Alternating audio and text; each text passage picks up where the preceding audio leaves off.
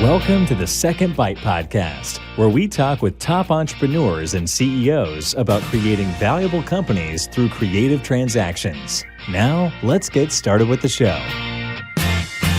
Welcome back to the Second Bite Podcast. We have a terrific guest, and this is going to be a great episode. Norman, the founder and CEO of Pacific, is with me today. Norman, so happy that you would spend a little bit of time with me. Thanks so much for having me. Hey, this is part of our, what I call the Go It Alone series. And it's CEOs and founders that have built a really good, typically a little bit larger business that have decided not to do a transaction or partner with private equity. And we explore and celebrate that a little bit. So I'm looking forward to doing that. I want to take just a second as we jump in here and thank our sponsors, which are the good people at Team Shares, which is a private equity group out of New York City, very good group. You can find them at teamshares.com. They'll also be in the show notes, as will Norman's contact information and mine. So Norman, thanks again for spending time today. The thing people like that I hear a lot about this podcast is that we get to meet and hear from really successful people that have created very interesting businesses that you otherwise would never come across or see or learn about. So this is a great opportunity. Pacific is a great business. You've been at this business for about 10 years. I know it's a digital marketing firm focused on using data to help clients make really good decisions. Maybe you could give us a little bit of a description on what it is you do and who you do it. Yeah, so as you stated, I've been in this business for 10 years, founded it in late 2012. So 10 years. And we are a global performance marketing agency. And when I say we're a global performance marketing agency, I really put a high emphasis on making money for our clients, right? There is no, sometimes there's a little bit mystique about what marketing is, and we sometimes forget what the purpose of marketing is, and that is to make money for our clients. It's not about building brand awareness. There are many other shops who are really good at that, but our job is to exploit kind of the emotional equity brand has created for the brands, and then be there for the clients when customers are asking questions online. And that's kind of our specialty. It's the digital space. And we know the consumer has kind of really shifted their consumer behaviors in a lot more online. And that's our core capability. So let's unpack that just a little bit. If I can, I'd like to go from we'll come down the funnel from large to small from an information standpoint. So give me a rough idea on the size of the business, either by head count or by revenue or by whatever you're comfortable with, so we understand the magnitude of. Yeah, I know you were going to ask that question. So the one thing I will say here is, I think we have a fairly unique perspective on how we measure success. So I know there is a lot of obsession, and listen, I'm not trying to dodge your question, but for anyone who wants to do 2 seconds of homework, go to our LinkedIn, see how many employees we have listed. You've got about 300 employees. I got to be honest with you, I don't know who many of these folks are. 300 is a lot to keep track of. Yes. No. I didn't mean staff-wise. There are people who claim they work at Pacific that aren't really at Pacific. So that number is inflated. And possibly it's due to the fact that we have a fairly common business name, Pacific, right? There's no question there are many other lovely businesses out there that have the name Pacific. But the one area that over the last few years I started to really hone in on is a metric that a lot of your listeners, I'm sure, are familiar with, is the revenue per head. So how much revenue is being generated by an individual? And I'm sure at some point, as we get to the technology part, if we want to talk about that, I'll explain to you why that really is. That's one that we really look at. And that's a metric you manage too. Absolutely. Absolutely. Yeah.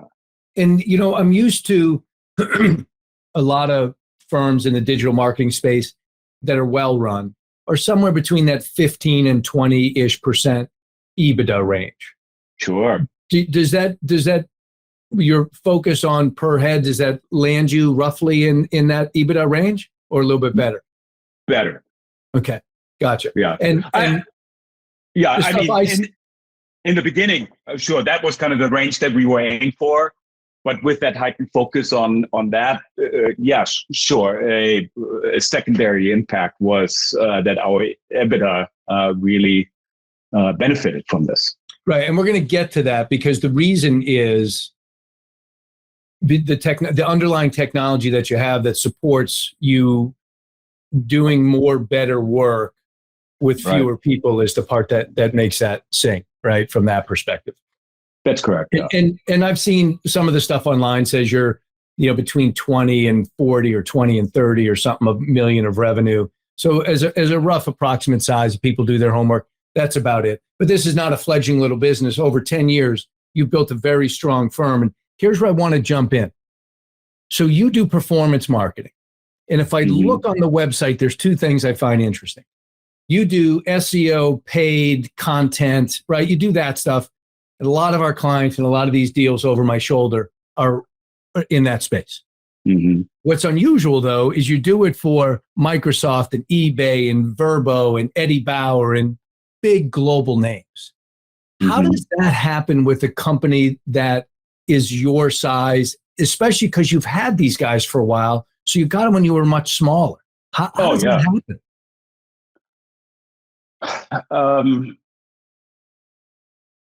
It sounds simple, but it came with hard work, and that is reputation. And I was very fortunate in my previous job to be exposed to enterprise accounts. And the agency I was prior to that was focused more on the SMB mid-tier type of account. I found more excitement and more scale and more opportunities for at some point to utilize technology to support this scale that I really more gravitated to the global enterprise accounts. You gotta pick a lane. You gotta pick a lane. Correct. But you built a company to service those customers. That's right. But isn't that from the ground up? Isn't that hard to do with no money, no support, and you're starting from scratch? Well, sure, it's hard, but why else get into the business? It's you have ambitions, and if they're not grand enough, then I feel like you should be reconsidering your career. And so, who was your first customer? You must remember that. Oh, I most certainly do, and they still are.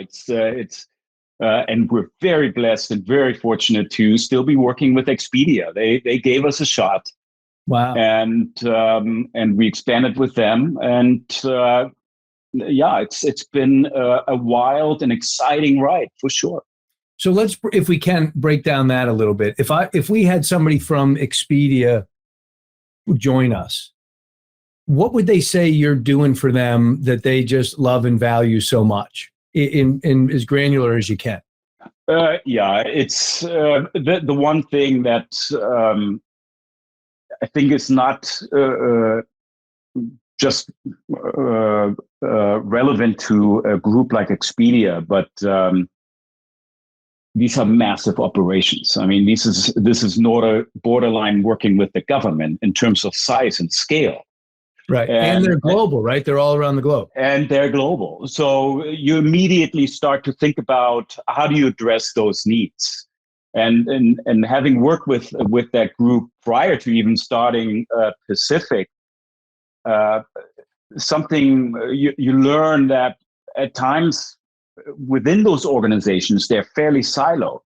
So if you put a really big emphasis on understanding the needs of these different departments, and learning to bridge the gap between, let's say, a paid search team and an SEO team, a data team and the engineering team.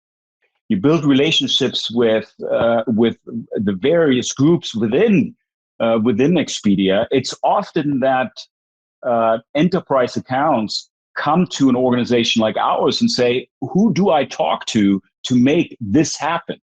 So it's facilitation of work streams, of resources, and at times also educating certain silos how the other group wants to be talked to.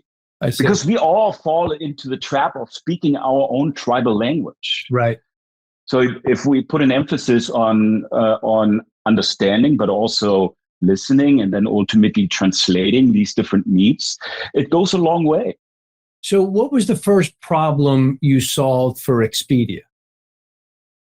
Well, it was, I don't want to say it was fairly narrow, but it was around SEO. It was competing against, which still are some of the bigger players, the TripAdvisors, the Bookings.com, and making sure that not only do we allow other players to get into the space when it comes to search engine result pages, but also, grow into new consumer segments. So understanding what the questions were that customers were asking for, understanding that it wasn't just about search queries such as cheap flights to Las Vegas, but understanding kind of a layer deeper. I mean, this is now 10 years ago. Now it's common knowledge that you can search for a route, right? You might be searching for LAX to JFK, and it becomes second nature.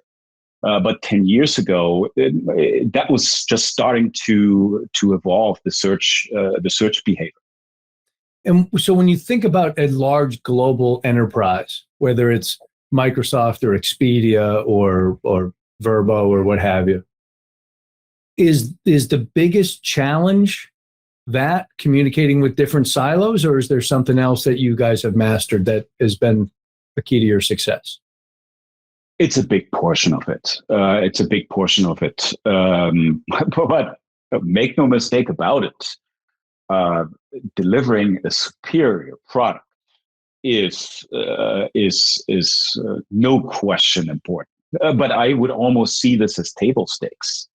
If you don't have the ambition to be the best in your space, then then it's going to be challenging for you. But I see this more as table stakes. It's the softer elements that I think adds that incrementality to our business that allows us to compete better. Interesting.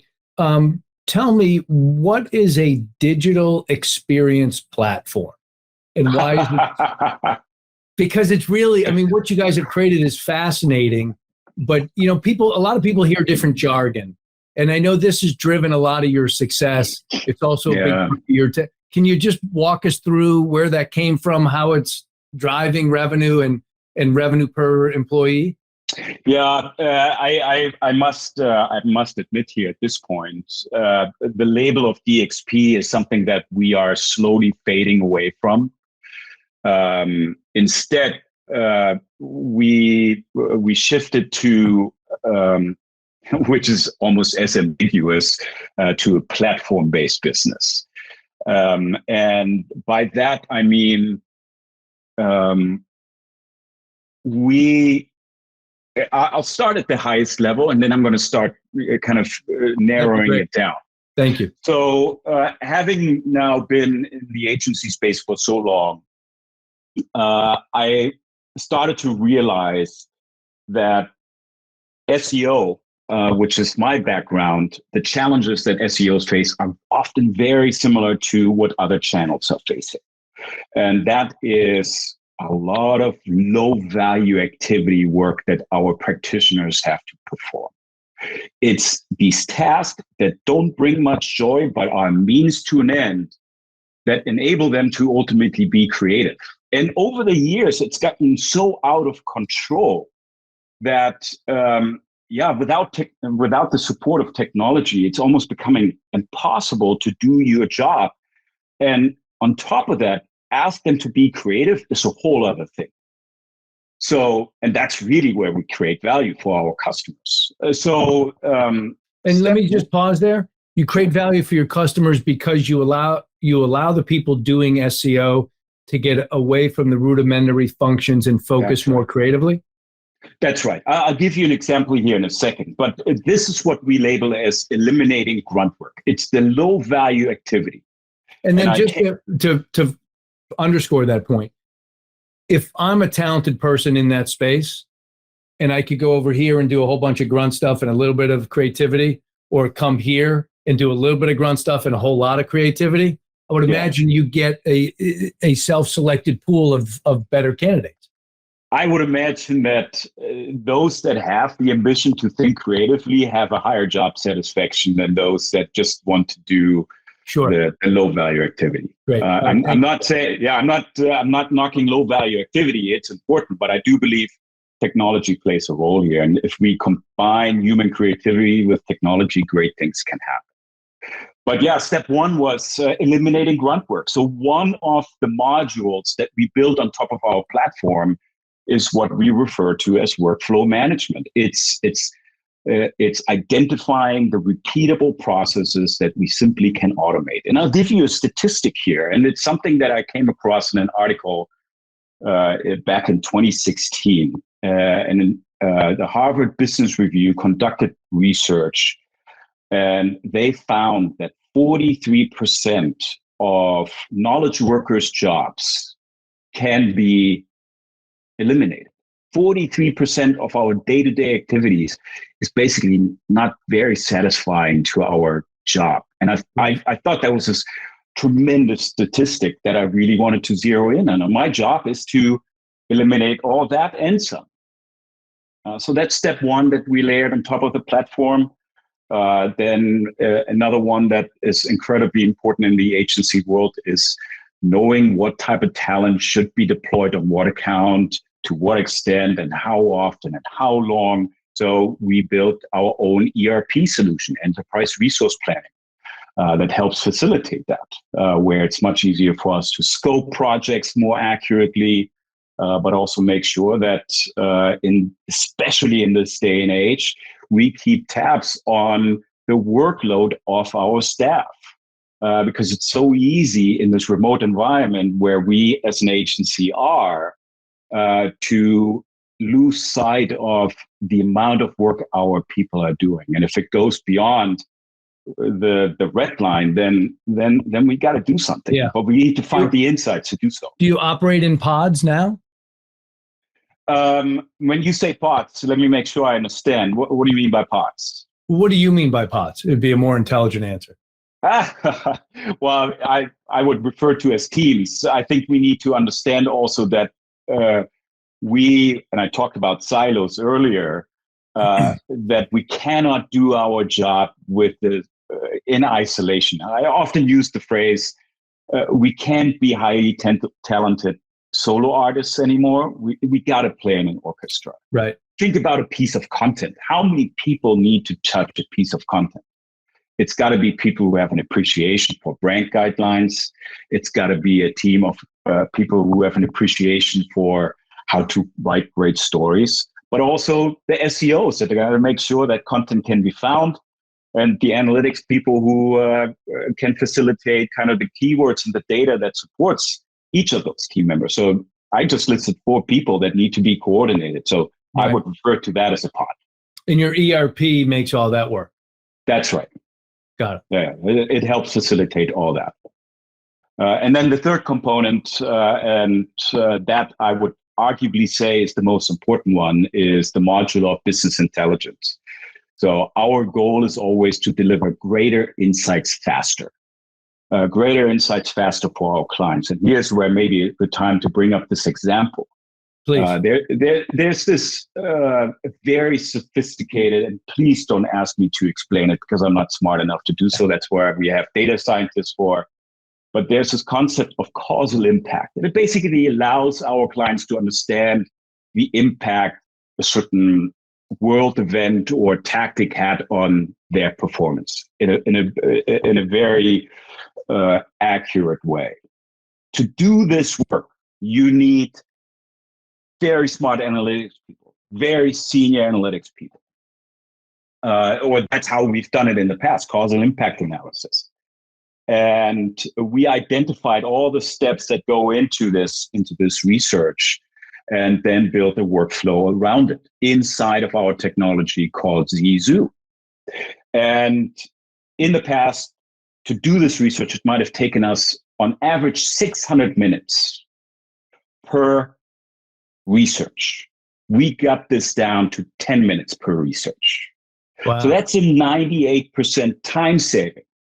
But on top of that, because it's now inside this technology, anyone can perform this research. So we're democratizing really sophisticated research. And when you say anybody, it's people on your team, not your customers. Anyone.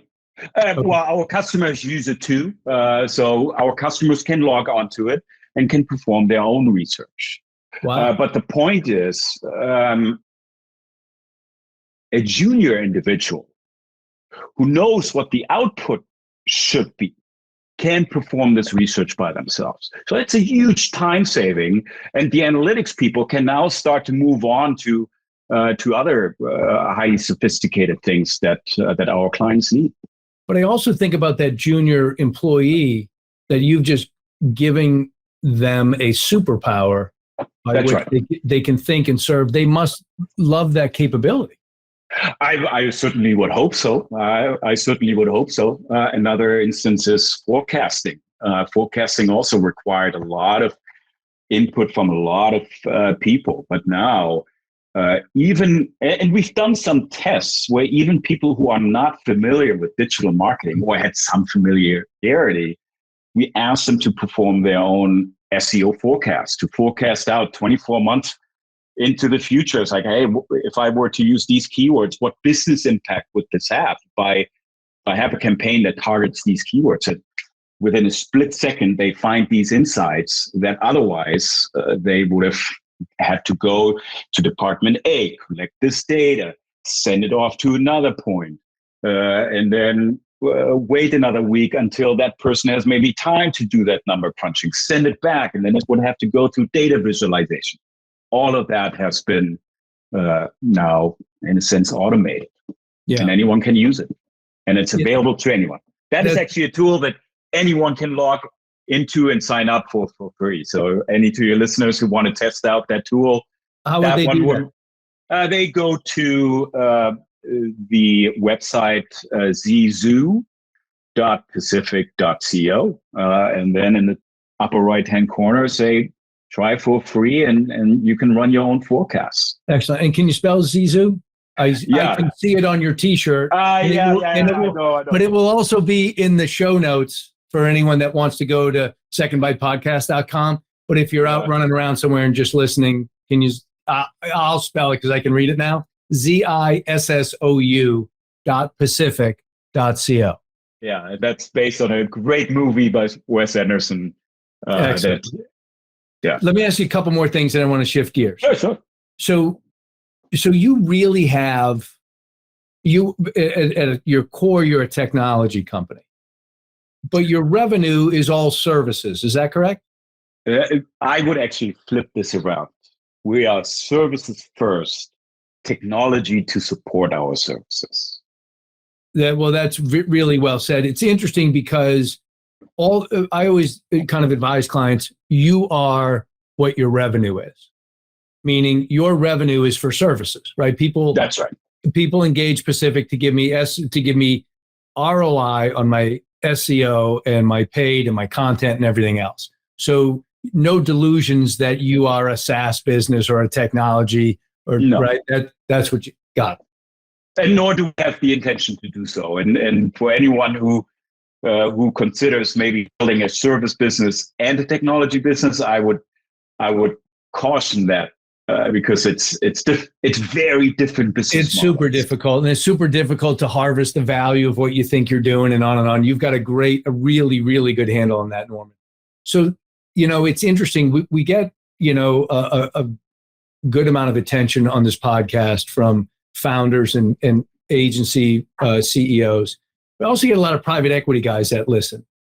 And I can almost hear them in the back of my mind saying, well, we could make this bigger. We could do this. We could do that. We could do a whole bunch of things, right? If we were in partnership. And I'm sure you've had a bunch of people knock on the door and say, geez, Norman, we could do great things together. Tell me just a little bit about how you think about what you've created and eventually doing a transaction, never doing a transaction. What would be beyond the economics? What would be the value somebody would need to bring? How does all that stuff run around in your head? So to answer your first question, do we get people knocking on our door? Absolutely. Emails, text messages, smoke signals. It's quite remarkable, and it's very flattering.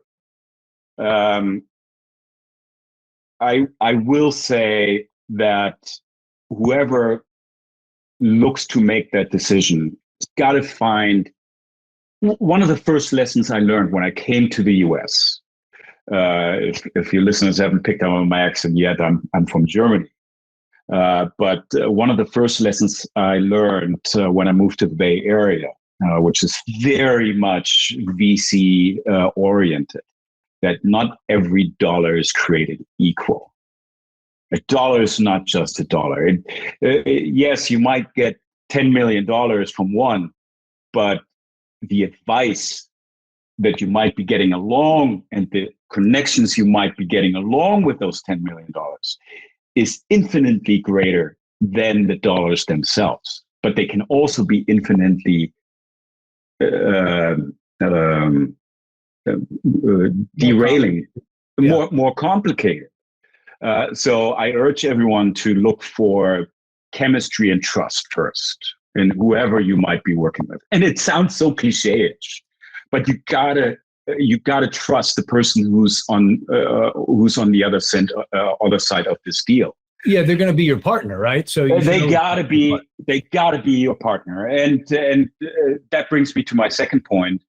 There's got to be alignment on strategy, and if there's misalignment, and you learn about that misalignment after the fact, then it becomes very complicated.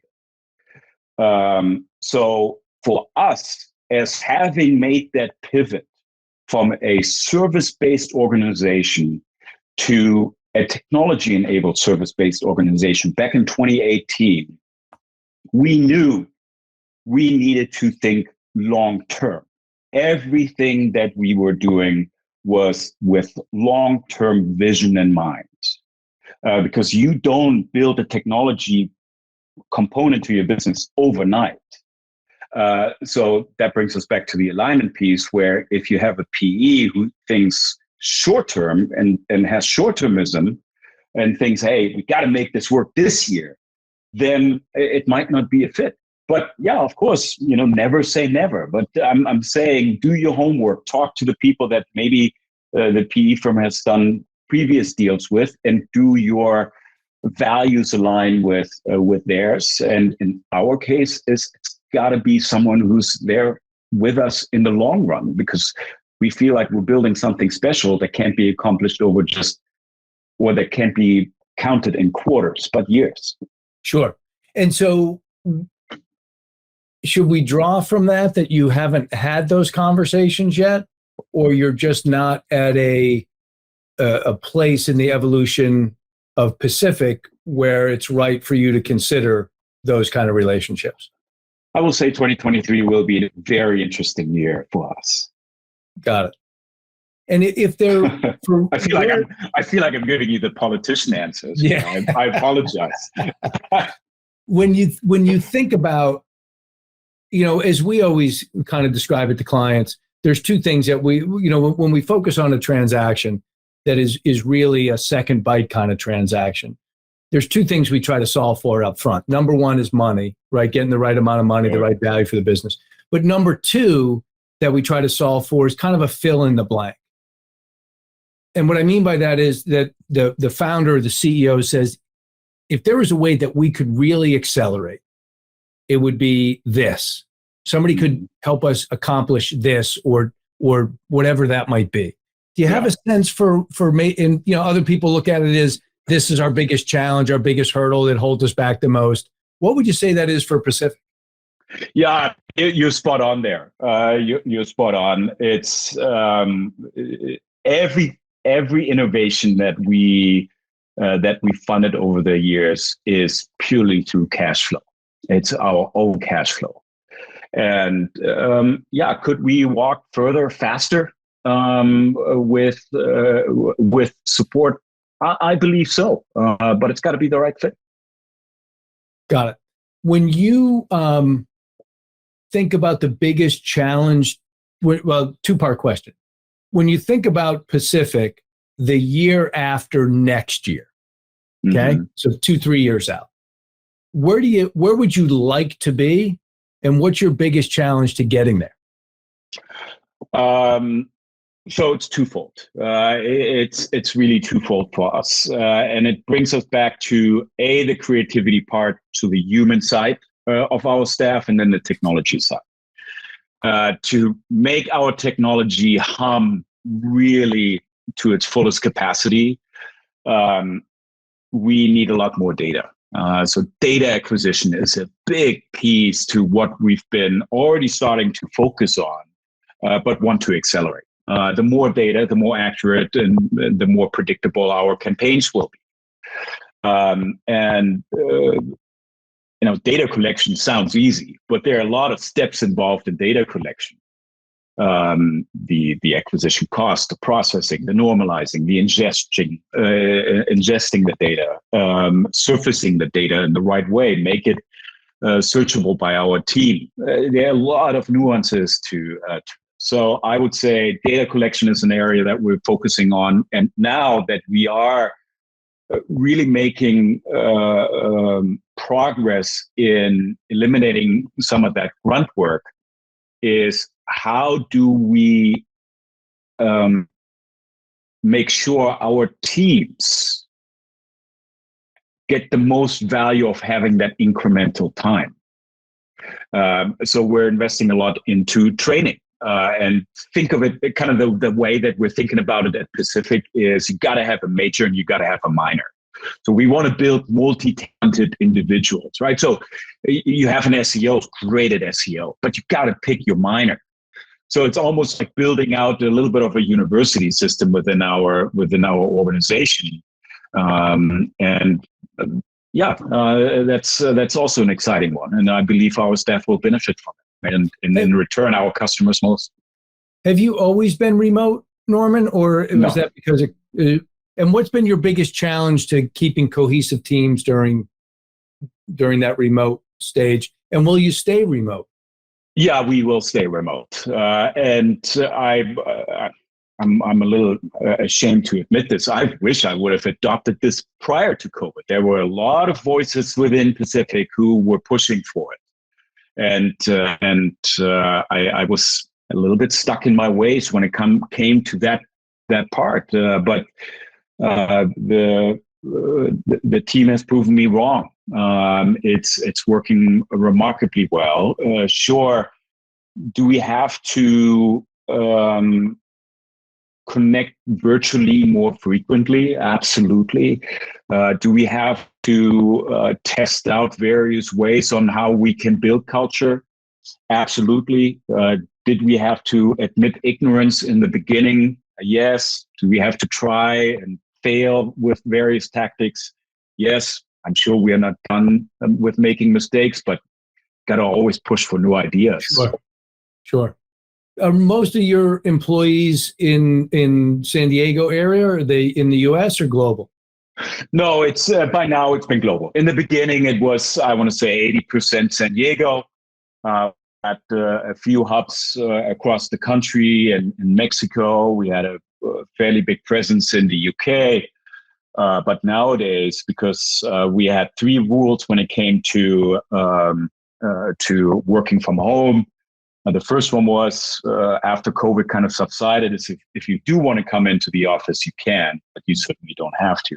So that was rule number 2. If you don't want to come in, don't come in. And the third one was if you want to move somewhere else, move. Have you found a lot of people took advantage of that?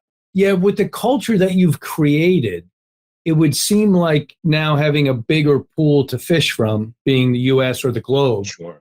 you could attract the kind of talent that would love to not do grunt work, be more creative, have access to the tools that you've created for them. Are you seeing better retention with your core team and your enhanced ability to recruit people? Yeah, I would say that's a clear yes. Yes, absolutely. Excellent. All right, so two last things. I want to circle back on this revenue by head, right? Revenue by employee. What do you think is a good metric? What's a good metric and a great metric in terms of revenue per employee for somebody in the digital marketing space? Yeah, so I'm glad that you asked, because that was part of the inspiration behind the platform that we're building. I was doing a lot of research back then, 2017, 2018, when I more and more realized that the old agency model is not really that effective and well anymore. I was looking outside of the agency world to get inspiration, and I was looking at businesses such as an Alibaba, an Amazon, a Google, a Facebook, and agencies or service-based businesses will never get to the revenue per head levels that they are at. I might be quoting this wrong, but I think Facebook is at 1.3 million per head. It's crazy. It's out of this world. A lot of agencies, I'm sure, would be happy at 150,000 per head. I'd love to be in the middle somewhere. I know that sounds, that's a big middle, but again, we got to have great aspirations. But a service business can't get to $1 million of revenue. No, of course not. So what do you think a great metric would be? I think our next goal, 250 to 300. Wow. I mean, that would be probably top 1%, right? Top 10% for sure in the agency space. Well, the World Cup is coming up. If you don't plan on winning the World Cup, don't attend. Don't show up. Right? Don't show up. Yeah, Norman, this has been really, really insightful. I could go for another hour or two and enjoy the conversation. I always like to end asking about something that's impacted your success long term. A lot of times people would defer to an individual or a person, which doesn't help the listeners. So I was wondering if there's a couple of books that one maybe that you've read in the past, maybe one that you're reading now or recently, that you've gotten some insight that's really helped impact your business. Yeah, I have several. I have several that come to mind. The first one I would list is maybe not a book, but a PDF. And that's that PDF or that article that I referred to earlier from the Harvard Business Review. If you Google making time for the work that matters most, it'll probably come up first. It's not a book. It's a PDF, but I think it counts because it gave me a lot of inspiration. The second one that immediately comes to mind, and it kind of after this article put me on this track to find out more about eliminating grunt work, and one that answered a lot of these questions is by the head of strategy at Alibaba. His name is Ming Zheng, and the book is called Smart Business. It talks a lot about how Alibaba actually built a platform that facilitates a lot of the things that enable organizations such as an Amazon and an Alibaba to deliver so quickly great customer experiences. That's terrific. That is so many more. I can see the line behind you on the wall of those are your active reads. This, Norman, it's always very generous when somebody will take the time to share their experience and what they've learned. I think it helps others think a little bit about their business. So I thank you for that. It'll certainly be interesting to watch the development of Pacific in the coming years. So I want to say thank you to you for making time. I want to say thank you to our sponsors, the people at Team Shares. People can find you on LinkedIn.